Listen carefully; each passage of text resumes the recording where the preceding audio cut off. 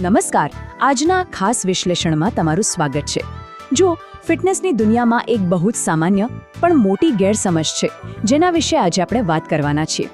વજન ઘટાડવા પાછળ દુનિયાભરમાં લોકો અબજો રૂપિયા ખર્ચે છે, પણ હજુય પાયાની બાબતોમાં ઘણી અસમંજસ જોવા મળે છે. લોકો જાતજાતના નુસ્ખા કરતા હોય છે, પણ સૌથી પ્રચલિત માન્યતા એ છે કે વધુ પરસેવો પાડવાથી વધુ ચરબી ઓગળે છે. તો શું ખરેખર એવું છે? આજે આપણે આ જ માન્યતા પાછળનું સાચું વિજ્ઞાન સમજવાના છીએ અને હકીકત શું છે તે તપાસવાના છીએ. તો સૌથી મોટો સવાલ એ જ છે, શું વધુ પરસેવો થવાથી ખરેખર વધુ ચરબી ઘટે છે? કદાચ તમે પણ જોયું હશે કે લોકો કલાકો સુધી ગરમ કપડાં પહેરીને કસરત કરે છે અથવા કાળઝાળ ગરમીમાં દોડે છે, એવું વિચારીને કે ચરબી જાણે મીણબત્તીની જેમ જાદુઈ રીતે ઓગળી જશે. પણ જરા વિચારો, જો માત્ર પરસેવો પાડવાથી જ વજન ઘટતું હોત તો આપણા ઉનાળાની બપોરમાં બહાર બેસવાથી જ બધા ફિટનેસ મોડેલ બની ગયા હોત, સાચું ને? છતાં આ વાત એટલી સામાન્ય થઈ ગઈ છે કે લોકો જાડા જેકેટ્સ પહેરીને પોતાની જાતને બિનજરૂરી રીતે થકવી નાખે છે. પણ વૈજ્ઞાનિક દૃષ્ટિકોણથી આનો જવાબ ખરેખર બહુ આશ્ચર્યજનક છે. ગેરસમજ અને હકીકત વચ્ચે અહીં જમીન આસમાનનો તફાવત છે. જીવ વિજ્ઞાનની દ્રષ્ટિએ જોઈએ તો વાસ્તવિકતા સાવ અલગ જ છે. પરસેવા દ્વારા મુખ્યત્વે શરીરમાંથી માત્ર પાણી અને કેટલાક ક્ષાર એટલે કે ઇલેક્ટ્રોલાઇટ્સ જ બહાર નીકળે છે, ચરબી નહીં. ચરબી ઓગળવા અને પરસેવો થવાને કોઈ જ સીધો સંબંધ નથી. ખરેખર તો વિજ્ઞાન એવું કહે છે કે જ્યારે ચરબી બળે છે ત્યારે તે કાર્બન ડાયોક્સાઇડ અને પાણીમાં રૂપાંતરિત થાય છે, અને આ કાર્બન ડાયોક્સાઇડ આપણા શ્વાસ દ્વારા ફેફસામાંથી બહાર નીકળી જાય છે. મતલબ કે ચરબી મોટા ભાગે શ્વાસ દ્વારા શરીરની બહાર જાય છે, ત્વચાના છિદ્રોમાંથી પરસેવા રૂપે નહીં. છે ને એકદમ ચોંકાવનારી વાત? મોટાભાગના લોકોને આ ખબર જ નથી હોતી. તો પછી સવાલ એ થાય કે આ પરસેવાનું અસલી કામ છે શું?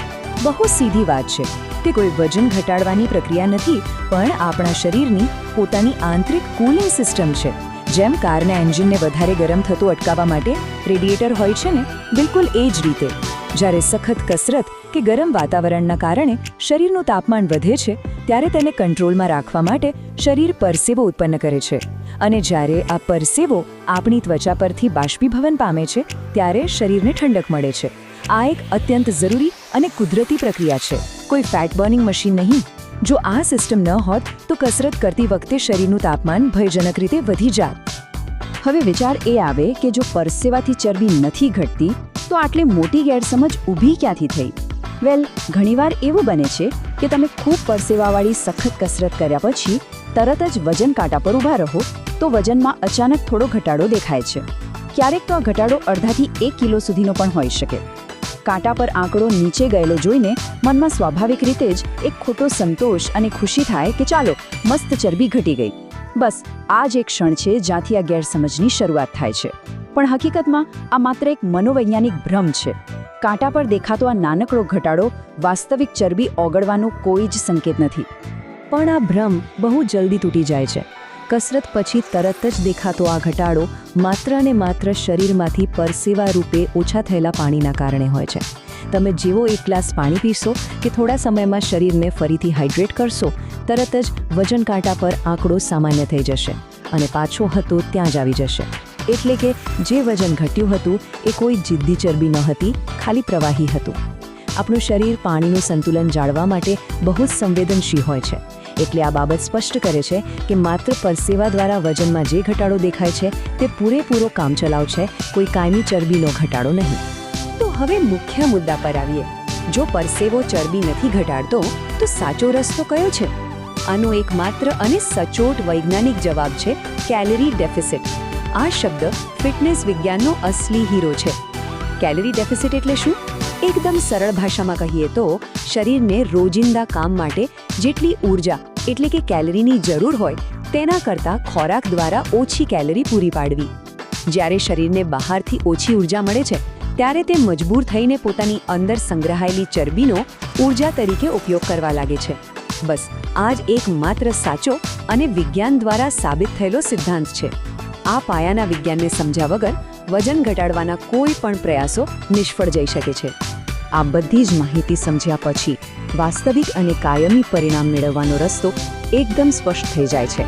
સાચી રીતે ચરબી ઘટાડવા માટે અમુક ચોક્કસ વસ્તુઓની જરૂર પડે છે. સૌથી પહેલું, લાંબા સમય સુધી સતત કેલરી ડેફિસિટ જાળવી રાખવી. આ કોઈ 1-2 દિવસનું કામ નથી. આ એક ધીમી પણ અસરકારક પ્રક્રિયા છે. સાથે સાથે નિયમિત કસરત, પોષક તત્વોથી ભરપૂર સંતુલિત આહાર અને એકંદર સ્વસ્થ જીવનશૈલી અપનાવવી અનિવાર્ય છે. પૂરતી ઊંઘ અને તણાવમુક્ત જીવન પણ બહુ મોટો ભાગ ભજવે છે. હા, બજારમાં મળતી રાતોરાત વજન ઘટાડવાની ચમત્કારિક પ્રોડક્ટ્સ અને ખોટા દાવાઓથી હંમેશા ચેતતા રહો. વજન ઘટાડવું એ એક શિસ્તબદ્ધ પ્રવાસ છે. આમાં કોઈ જાદુઈ શોર્ટકટ નથી હોતા. અંતમાં આ એક શક્તિશાળી વિચાર કાયમ માટે યાદ રાખવા જેવો છે. પરસેવાથી નહીં, સાચી જીવનશૈલીથી જ ચરબી ઓછી થાય છે. ગેરસમજો અને અફવાઓથી દૂર રહીને હંમેશા હકીકતો અને વિજ્ઞાન પર આધાર રાખવો એ જ સાચા સ્વાસ્થ્યની ચાવી છે. જો આપણે શરીર વિજ્ઞાનને સાચી રીતે સમજીશું તો ખોટી દિશામાં મહેનત કરવાથી અને લાંબા ગાળે નિરાશ થવાથી બચી શકીશું. હવે જતાં જતાં હું એક વિચારવા જેવો પ્રશ્ન મૂકી જાઉં છું. સ્વાસ્થ્ય અને ફિટનેસ વિશે એવી બીજી કેટલી પ્રચલિત માન્યતાઓ હશે જેને કોઈ પણ જાતના પ્રશ્ન કર્યા વિના સમાજમાં સાચી માની લેવામાં આવી છે? આવી માન્યતાઓ પર સવાલ ઉઠાવવા ખૂબ જરૂરી છે.